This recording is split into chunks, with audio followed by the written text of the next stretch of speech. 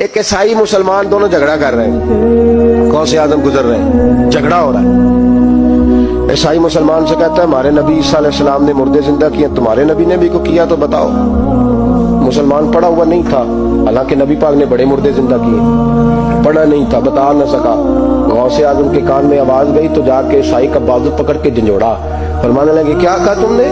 میرے مصطفیٰ نے مردے زندہ کیا تو بتاؤں؟ فرمایا تو نبی پاک کی چھوڑ، میں غلاموں کا غلام ہوں، میں غلاموں کا غلام ہوں، مجھے بتا کون سا مردہ زندہ کرنا۔ تو چھوڑ حضور کی بات نہ کر، میں غلاموں کا غلام ہوں، مجھے بتا کون سا مردہ زندہ کرنا ہے۔ پرانی قبر پہ لے گیا، کہنے لگا جی اگر نہ ہوا تو؟ غوث اعظم فرمانے لگے جو تو کہے گا وہ میں کروں گا۔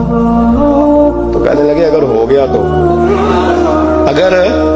تو غوث اعظم کہنے لگے نہ میرے خانقاہ پہ جھاڑو دینا، نہ میرے برتن مانجنا، نہ میرے گھر کا سودا لانا، اگر زندہ ہو گیا تو بس میرے نبی کا کلمہ پڑھ جانا، بس میرے رسول کا کلمہ پڑھ جانا۔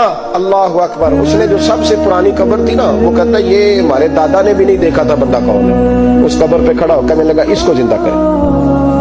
تو غوث اعظم رضی اللہ تعالیٰ عنہ قبر کے سرانے کھڑے ہوئے تو دعا کرنے لگے، کہنے لگے مولا اپنے لیے نہیں تیرے رسول کے لیے۔ پھر فرمایا قم باذن اللہ، اٹھ اللہ کے حکم کے ساتھ۔ ایک عورت کلمہ پڑھتی ہوئی کھڑی ہو گئی، اور کھڑی ہو کے اس نے پہلا جملہ کہا تو کمال کر دی، کہنے لگی میرے نصیب دیکھو، میں بنی اسرائیل کی تھی، عبد القادر تیرے صدقے جاؤں، تو نے مجھے کھڑا کیا ہے تو اللہ نے مجھے مصطفیٰ کا کلمہ پڑھنے کی توفیق دی، تیرے قربان جاؤں عبد القادر، تیری کیا بات ہے؟ اب وہ بندہ دوڑ دوڑ کے غوث اعظم کے قدموں میں آیا، فرمانے لگے نا کلمہ میرے مصطفیٰ کا پڑھتا ہے۔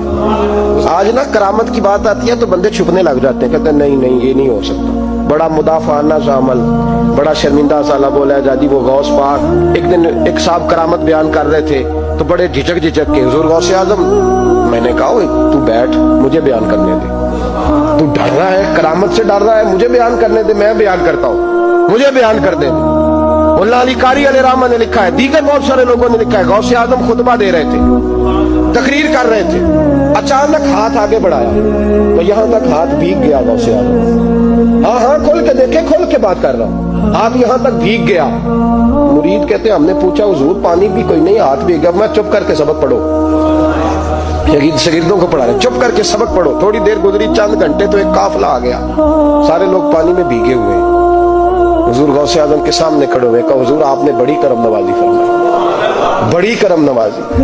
وہ شاگرد کہنے لگے ہوا کیا؟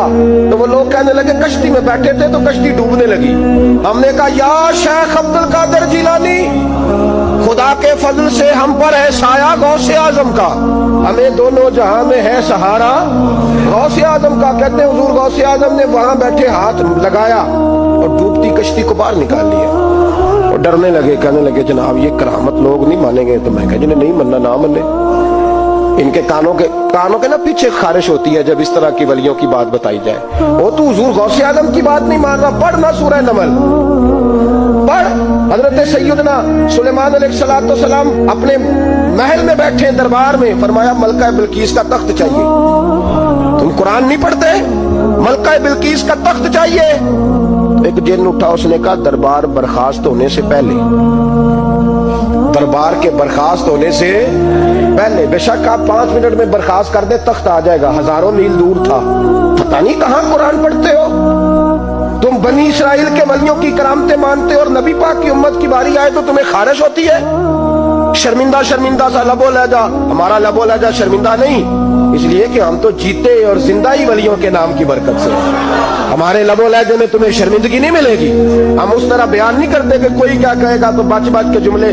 حضرت سلیمان سے کہا آپ کا دربار برخاست ہونے سے پہلے، آپ نے فرمایا نہیں بھائی اس سے بھی پہلے چاہیے۔ ایک اٹھا، عنده علم من الکتاب، جس کے پاس کتاب میں سے کچھ علم تھا، پورا علم نہیں تھا اس کے پاس، کتاب میں سے۔ حضرت آصف بن برخیا تو کہنے لگے حضور میں نہ لے آؤں، تو میں کب لاؤ گے؟ انہوں نے کہا پلک جھپکنے سے نہ، اگر سارے بولے تو لطف آئے گا، پلک جھپکنے سے پہلے۔ آپ نے فرمایا چل لا کے دکھا، پھر آیا کہ نہیں؟ بولے آیا نا۔ حضرت آصف بن برخیا وہاں سے گئے کہ وہیں رہے؟ آیا نا تخت، 80 فٹ اونچا، 80 فٹ چوڑا، 80 فٹ لمبا،